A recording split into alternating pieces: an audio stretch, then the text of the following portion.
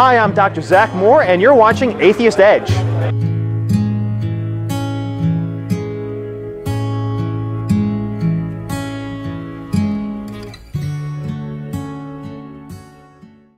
I told Josh that I was faced with a new idea.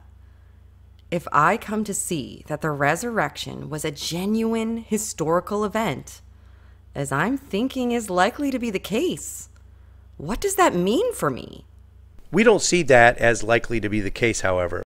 And should that doubt carry with it the penalty of eternal gnashing of teeth in a burning lake of sulfur? Think about it.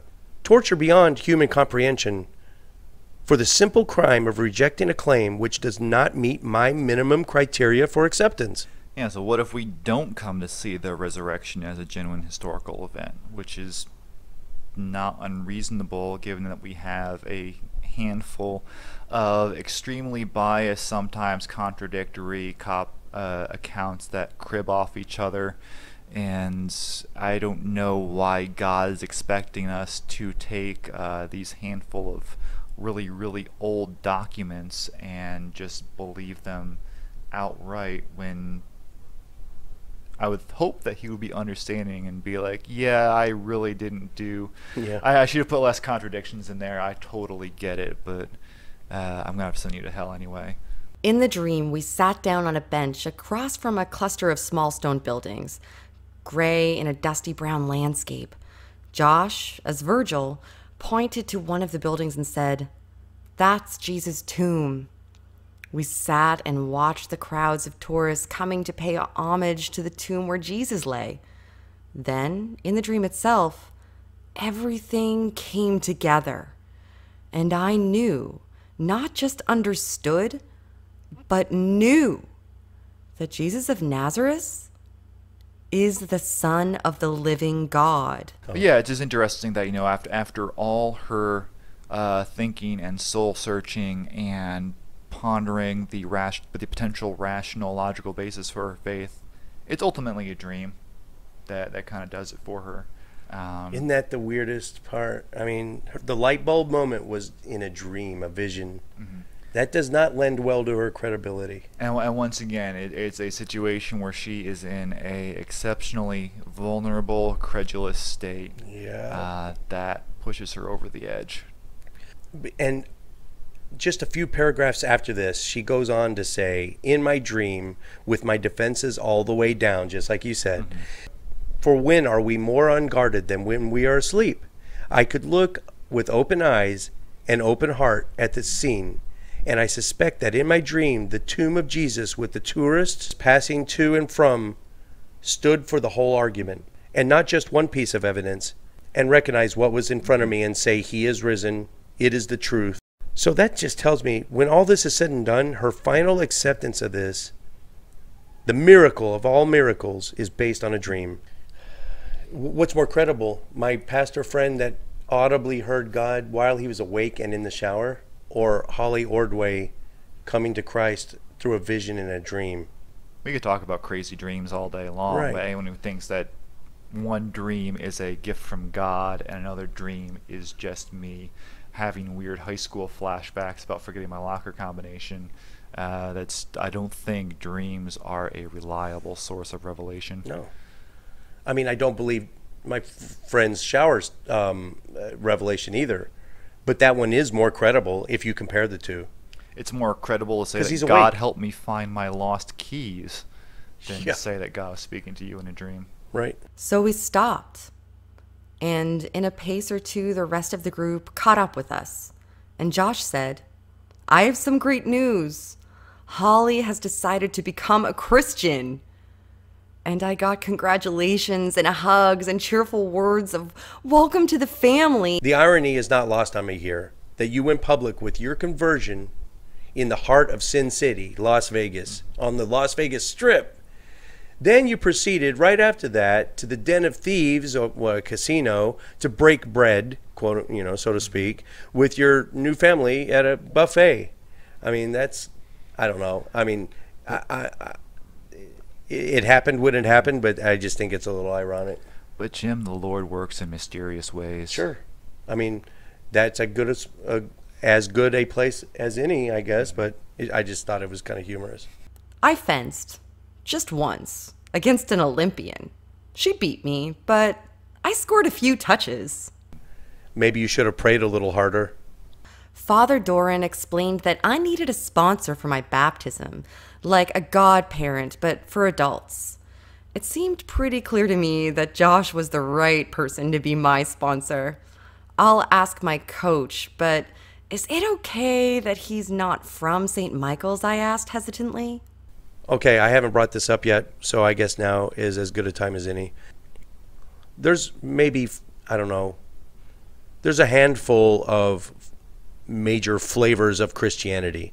The big one is Roman Catholic Church, then Protestantism, then you have Eastern Orthodoxy, there's Oriental Orthodoxy, there's the Restorationism, there's non-Trinitarianism, there's the Independent Catholics, there's all the minor branches of Christianity. I think in total, if you break them all down, all the way down, maybe 40,000 different denominations, but those are the main ones. And of those, out of all those, you claim to have the one truth faith, the only path to salvation. Everyone else is wrong. How many, I ask you, were you exposed to before you made this decision? And how certain can you be that you made the right choice? Yeah, and she may claim to have come to her faith through reason and logic, but when it came to ultimately choosing Catholicism, it was absolutely about what felt right to her. What felt right. Well, she talks about going to Josh's church first, and she complained that it felt like it was very dry. There was no art on the walls. It was kind of big and sterile and maybe not unwelcoming, but kind of mega churchy almost. And when she ultimately, I think probably as an extension of her appreciation for art and literature and all this stuff, she happens to pick an institution with wonderful stained glass windows next to the sea and a rustic old chapel and so on and so forth. And next point we'll get into, she picks a church that happens to agree with her on social issues also. I had been able to ignore the question of women's ordination, despite being convinced of the spiritual and theological basis for a male priesthood, only because there had been no women clergy at St. Michael's. I had become convinced of the need to speak out more clearly and strongly on issues of sexual ethics. Against abortion, against the contraception culture that broke the link between sex and new life and promoted sex as merely a recreational activity, and in support of traditional marriage.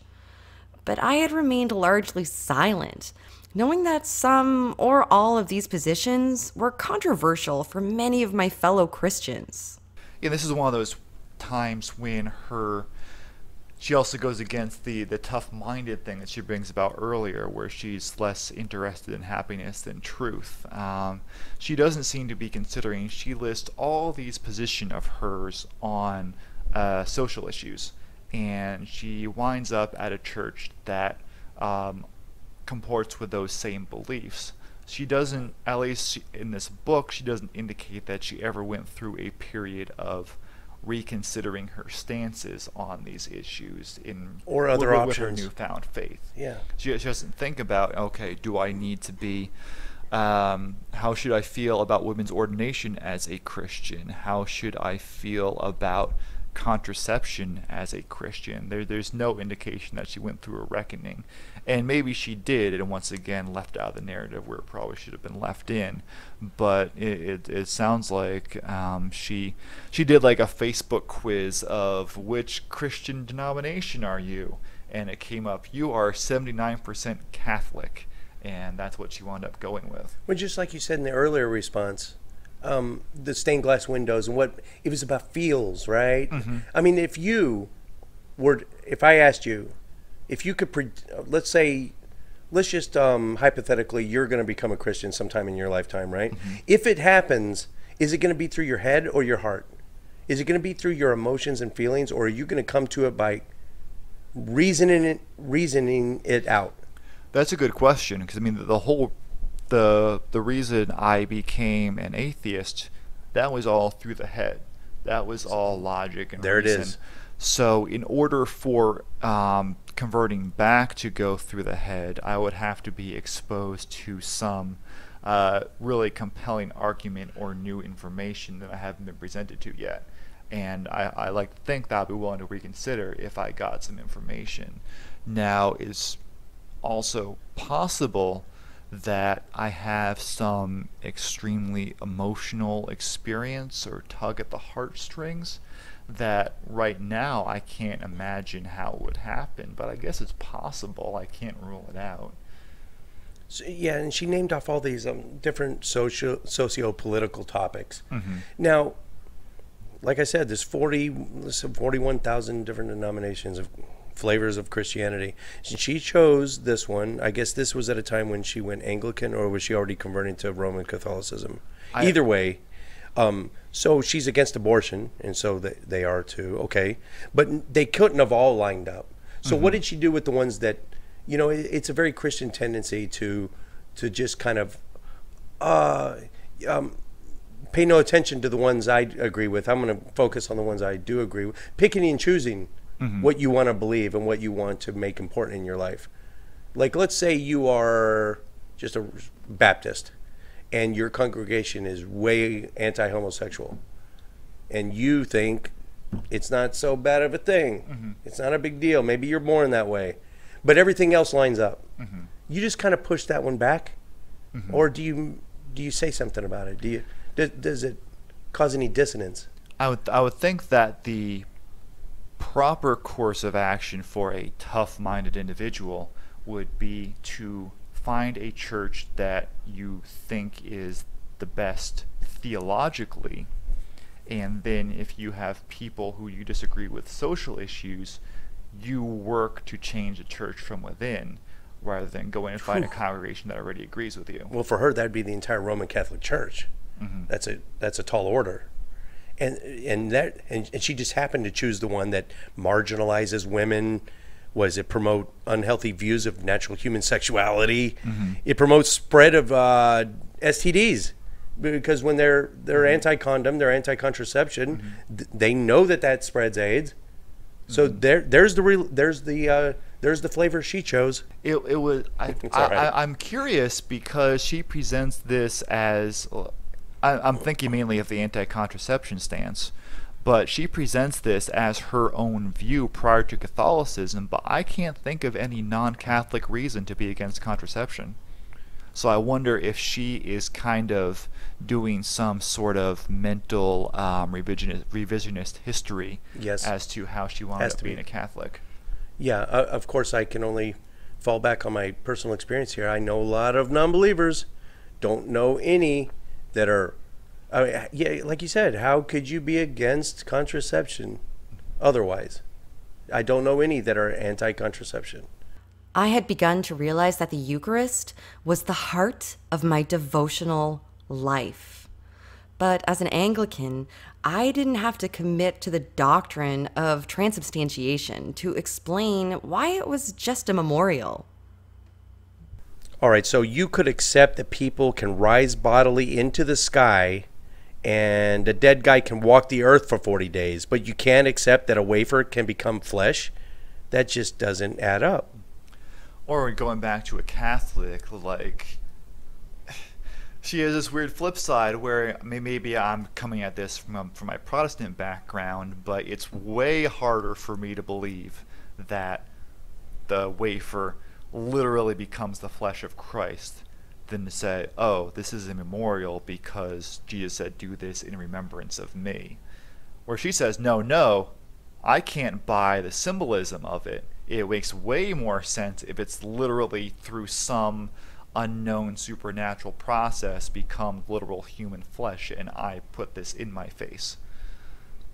The Catholic Church has made some major paradigm shifts in the past. Evolution, they now accept natural selection. They apologized to Galileo 500 years after the fact. The Latin Mass, you don't need to do Mass in Latin anymore. Limbo, limbo's gone. So they can do it. They are capable of getting rid. Why? And even now, I mean, even now Francis is spouting new doctrines every time he talks to someone new. Oh, yeah, and then they get walked back by his people the next day usually. But transubstantiation, it seems like, because it's obvious that they're embarrassed. I don't know. What's it going to take for them to just say, you know what, yeah, we're going to get rid of that one too?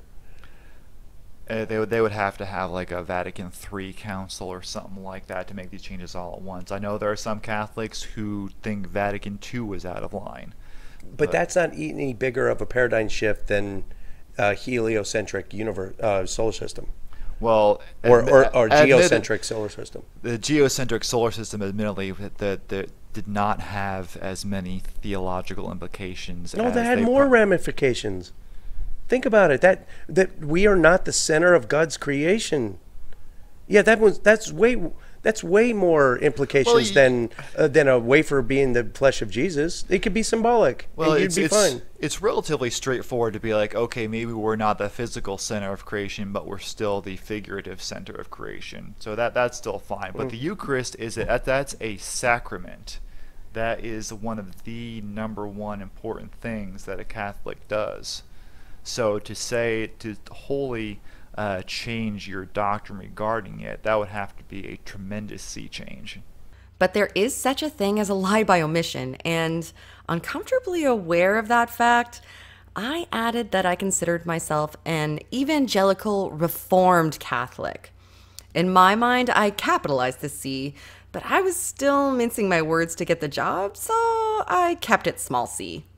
I appreciate the stress of lying on a resume, and this is my biggest problem with her, just because I can so identify with what she's going through in that circumstance. So you're trying to market yourself, and you want to be, you don't want to, maybe you do want to lie, but it's I get the pressure that she must have felt to tailor her resume to her potential employers. I can give you that, but on the flip side, when I was reading this, I immediately thought of myself as a prosecutor, and she's on trial. And this is where I would say, Your Honor, I would like to introduce to the court some new inculpatory evidence, which shows beyond a shadow of a doubt that this witness is being intellectually dishonest. Because this is good, hard evidence. And if she's intellectually dishonest here, how many times was she prior to that, or throughout this book? Well, shoot, we've been talking for several hours at this point about the ways that she's kind of bending the truth, possibly misrepresenting her own past, exaggerating, embellishing. Knowingly, not subconsciously. Right? No. This may be one of the few cases where she might be doing it knowingly. I'll say that much. Yep.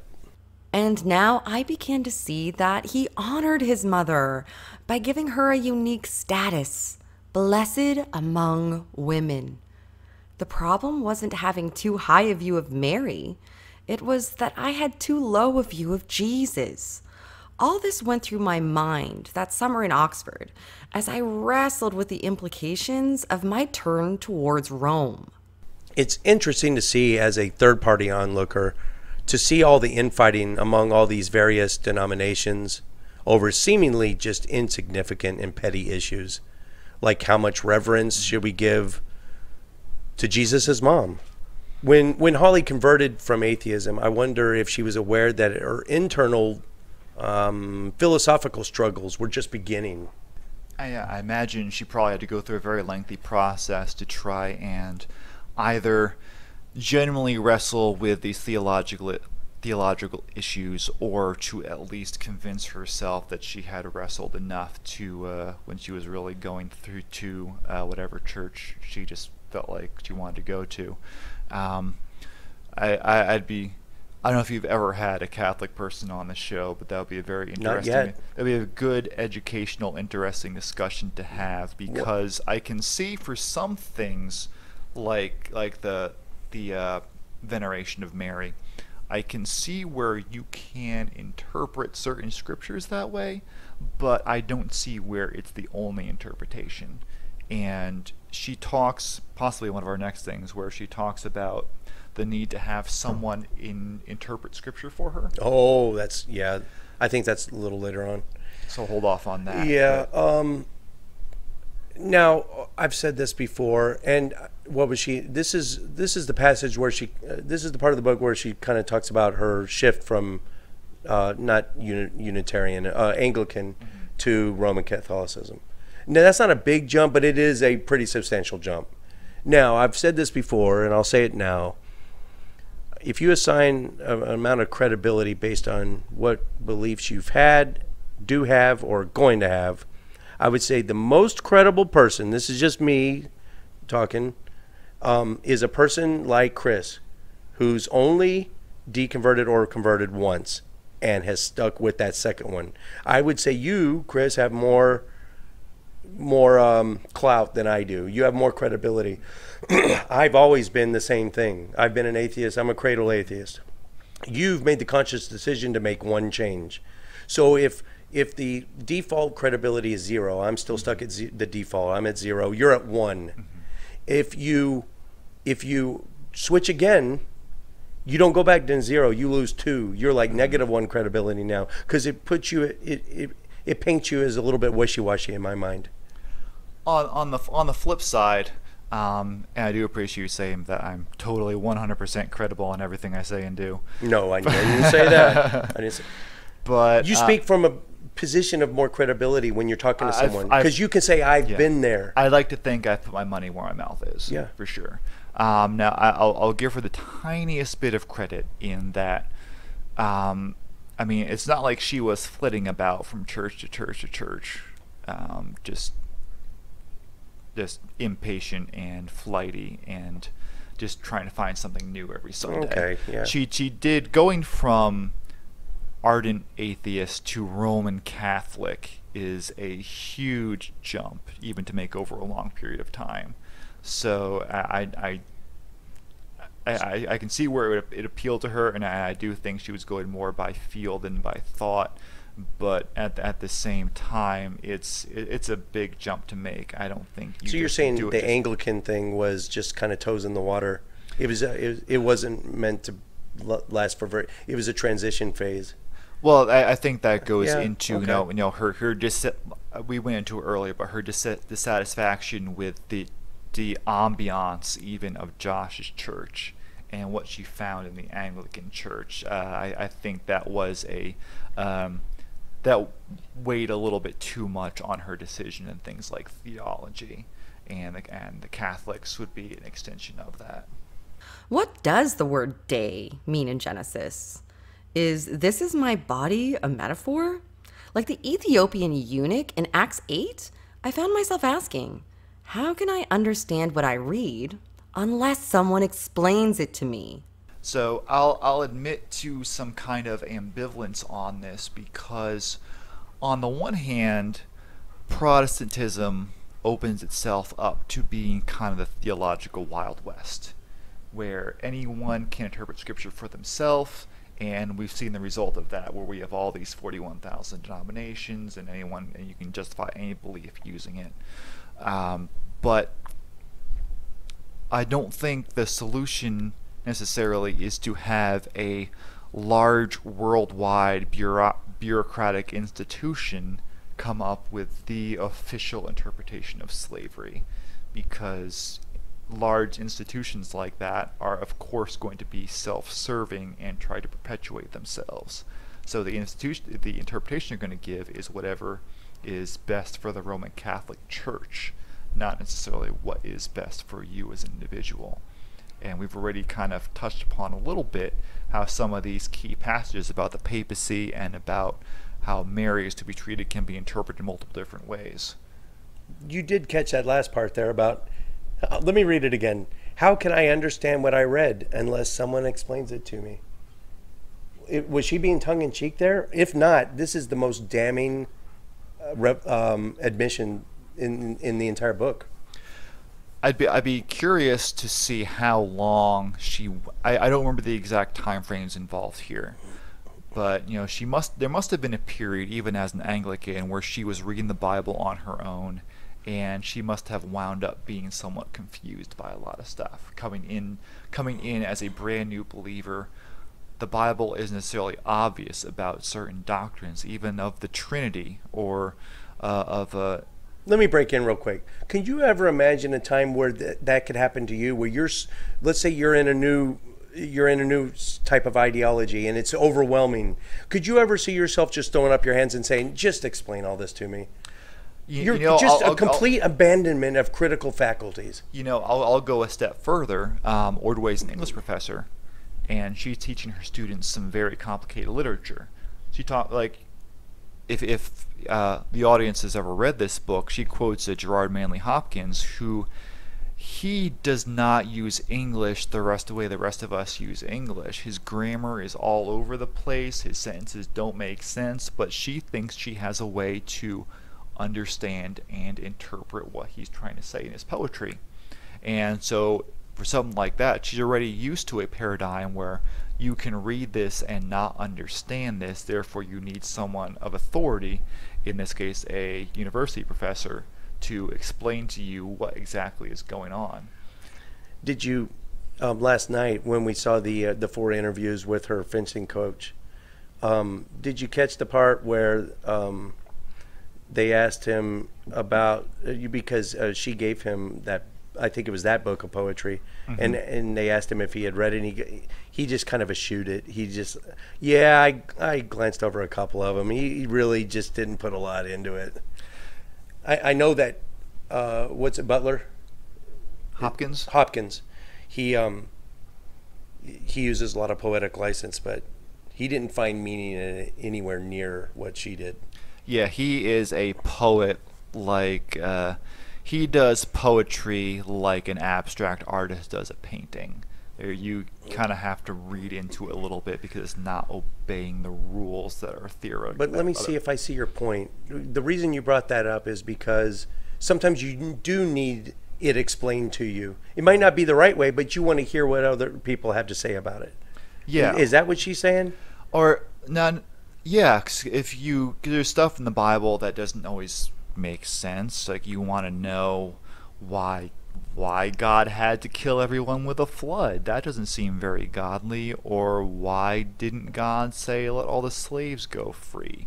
Or any number of things that could potentially be stumbling blocks within the Bible. And it's very nice to have, just as a English professor could present the official explanation of a Hopkins poem, where you have a 2,000-year-old institution that professionally comes up with answers to all these theological questions. It's convenient, I'll grant that. It's not science. It's not testable. It's speculation. I would never take it on the authority of another human being, though. Let me read it a third time. It bears repeating. She says, "How can I understand what I read unless someone explains it to me?" Oh, I agree with you 100%. Yeah, there's no way around that. Part of learning to be childlike has been rediscovering how to imitate others. At first I struggled, discovering a subtle pride in doing things my way. But St. Paul told the Corinthians to imitate him, as he imitates Christ. If I see that a friend whom I trust and respect does things a certain way, why not follow suit? Well, this is as sickening as it is heartbreaking. I knew from the first chapter that this was going to be a difficult book for me to read. I'll just give one last word on the author. I originally read this book because it was an upcoming selection by an atheist and Christian book club that I belong to. This is a monthly gathering in which we discuss books written by both believers and non-believers. Before each meeting, we always reach out to the author for a short interview via Skype. In the past, we've had about a 90% success rate in getting a hold of the author and getting an interview with them. We've had atheists and Christians alike, big names like Sean McDowell, David Fitzgerald, David Madison, Michael Bird, Gary Habermas, Aaron Ra. Yeah, in the case of Aaron Ra and Tim McGrew, they've actually come to the book club in person. Yeah, I wish we could have gotten her personally. I don't know what her schedule is. I mean, she could have other speaking stuff going on, or she could be writing another book and have deadlines. I have no idea what her life is like. Here's what I was going to say about the author. Yeah, in her case, in Dr. Ordway, yeah, I understand she's busy. But it just seems like, okay, I reached out to her, didn't get any response back. Another member of the club reached out, and they got a response back, which, okay, that's cool. With like Bart Ehrman, he responded immediately, and I know he's just as busy or busier. Mm-hmm. But what am I trying to say? Holly Ordway is not a Bart Ehrman. She's not on that level. Mm-hmm. It seems like, at the very least, she could have done a 10-minute Skype interview with us just to sell some books. Mm-hmm. Or, even better, maybe out of the goodness of her heart because she believes in what we're doing. A lot of these authors like where we're going with this, that open, healthy, civil dialogue between believers and non-believers. This is big, and it's rare. You know, I just feel like maybe she could have just taken 10 minutes out of her life. Do you think we've kind of been spoiled a little bit by the virtue that we have been able to get these video interviews? Yeah, that's possible. I think these authors, I'm sure they're very happy that we're buying their books, but they don't owe us anything because we happen to buy them. And of course, James knows they have connections they can leverage to get some of these people on. And I'll give all the credit in the world to someone like a Justin Brierley, who interview from England late at night with the time difference, and he's willing to speak with us. But I'll refrain from blaming those who may not be able to or may not want to. It's great when it happens, but if it doesn't, there's worse problems. I said this earlier in the series, but I suspected that the reason she didn't name any atheist authors that she had read or any counter-apologetics, she didn't specifically mention anything that she researched while she was an atheist or read or was exposed to or influenced by. And I suspected that it might be to not poison her readers because they're going to be believers, and she didn't want to plant any seeds of doubt. And I'll also go one step further, and maybe the reason why she did not accept an interview with us, because half of us are atheists. Some of them, you know, I'm not the only podcaster on there. We've got authors, atheist podcasters. You do a blog, and there might be a small part of her that doesn't want to engage with us. Well, she might be, I'm going to say it, she might be scared. Well, keep in mind what Dan said as her student, that they read a whole variety of atheist literature in her classes. So she's obviously she's not, hiding from atheism as an ism in any sense. Isn't the glaring omission of any of that in the book just, what does that tell you? Why wouldn't she have just mentioned it? I know we may disagree on this, but part of writing a book is knowing what is necessary and what is just padding. And I think that's a necessary part of the story. I think it would have been beneficial, yes. If she's going to bring up the Kalam, why couldn't she bring up the weak anthropic principle, for instance? Well, that may not have happened to have been influential to her. She was going through a laundry list of apologetic arguments very quickly in that chapter, and is not an apologetics book. She probably didn't feel it was necessary to go into in great detail. She went into fine-tuning in great detail. Yeah, she kind of did. But yeah, I guess maybe just a sentence, like throw out some names there. Say, I read Dawkins, I read Hitchens. I don't know. That would have been nice, but we got what we got. We can only guess. In any case, what did you think of the book? I'm probably one of the weirdos in the book club that prefers the dry apologetics than the personal testimonies, because the personal testimonies, either you identify with them personally or you don't. And obviously we spent a few hours digging into the book, so apparently it touched us in a particular way. But I don't think if I had read this as a Christian that it would necessarily have even bolstered my existent faith, much less convert me from disbelief. I'm right there with you. I've said this before, but I'd rather read a washing machine schematic than Lord of the Rings, for instance. I mean, you know, I get more out of truth, the real reality. But I found this, and I kick myself because this book stirred emotions in me, and I don't, emotions aren't bad, but when I'm trying to think cold, hard, logical, I don't want emotions to cloud it. And she, a number of times throughout this, pissed me off. I just found the entire book a thoroughly just detestable, uninformed of atheism completely, and a gross mischaracterization of our entire community. Yeah, I think that was the biggest caution that I would give to anyone who wants to read this book, is that, you know, even though she somehow simultaneously claims to have been an atheist and entirely misrepresents atheism as a whole. And I don't know if that was generally how she felt, or if she is trying to preach to her crowd in that fashion because she knows they'll eat it up. I like to give her the benefit of the doubt and say it's probably not the latter, but at the same time, it's dangerous and irresponsible to throw those easily debunked stereotypes into your book. And I would like to thank Shannon Q for playing the part of Dr. Ordway. And I give you a little backstory. She told me after that she laid down those tracks that it left her thoroughly frustrated. She even named the audio file. She named it "Horrible Lady Book Garbage." So she had a similarly low view of the book in general, I think. And I'm sorry you had to go through that, Shannon. Thank you so much for being a part of this. And if you please go give her channel some love. And all her links are in the description section of this video. And Chris is a blogger, and it's really well thought out articles on there. And what is the name of that one? It's sleepinginsundays.com.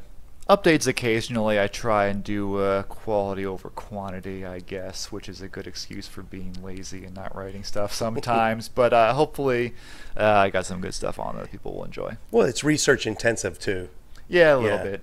Yeah. So it does tend to go slower than just, you know, bouncing ideas off of each other. That's easy. And that is it. Thank you for watching. Atheist Edge. Did you study literature? That just hit me like a wall. She studied fucking literature. Okay. Walking the edge of what some consider offensive. How can I understand what I read unless someone explains it to me? You have a doctorate in literature. Sorry. But your feelings don't matter here. All right. I dreamed I was a superhero, which is clearly God trying to tell me that I am a superhero. In a dream. And he tells you in a dream. Real life. He came to me in a dream and said it was so. Yeah. I believe it. That settles it. Only facts. Oh, God. Descent into madness. Completely disassociated herself from who she was and vilified herself. It's horrible. Edgy commentary on the dangers of doctrine, the foibles of faith. Isn't that still kind of a lie? The bullshit of belief, the stupidity of superstition, and the idiocy of indoctrination. It was all a dream, guys. With razor-sharp wit, curiosity, and critical thought, we take an unblinking look at today's religions. Oh, and then she had a dream. Well, it's gotta be true. We are Atheist Edge.